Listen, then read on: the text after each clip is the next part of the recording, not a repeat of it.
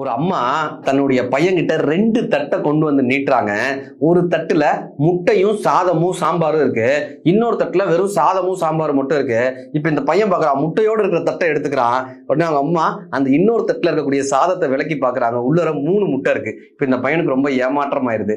மறுநாள் இதே மாதிரி அவங்க அம்மா ஒரு தட்டுல முட்டையும் சாப்பாடும் இன்னொரு தட்டுல வெறும் சாப்பாடுமா எடுத்துட்டு வந்து நீட்டுறாங்க. இப்போ உனக்கு என்ன வேணும்னு உடனே அவன் யோசிச்சுட்டு வெறும் சாப்பாடு இருக்கக்கூடிய அந்த தட்டை எடுத்துக்கிறான். இப்ப அவங்க அம்மா முட்டையோடு இருக்கக்கூடிய அந்த தட்டை எடுத்துக்கிறாங்க. இவன் சாதத்தை விலக்கி விலக்கி பாக்குறான், அதுல முட்டையே இல்ல. இன்னைக்கும் ஏமாற்றம் ஆயிடுறான். 3வது நாள் இதே மாதிரி அவங்க அம்மா ஒரு தட்டுல முட்டையும் சாப்பாடும் இன்னொரு தட்டுல வெறும் சாப்பாடுமா கொண்டு வந்து நீட்டுறாங்க. இப்போ உனக்கு என்ன வேணும்னு கேக்குறாங்க. உடனே நான் சொல்றான், அம்மா நீ எனக்கு அம்மா, என் மேல அன்பும் அக்கறையும் உள்ளது நீதாம்மா.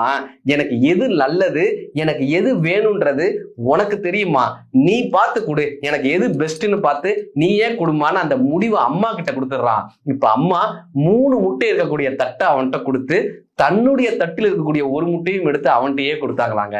இன்றைக்குமே சில நேரங்களில் நம்முடைய முடிவை நம் மீது அக்கறை கொண்ட நமது அம்மாவிடமோ அப்பாவிடமோ மனைவியிடமோ நண்பர்களிடமோ கொடுத்து விடுவது நல்லது. நம் மீது அக்கறை கொண்டவர்கள் நமக்காக நம்மை விட நல்ல முடிவையே எடுப்பார்கள்.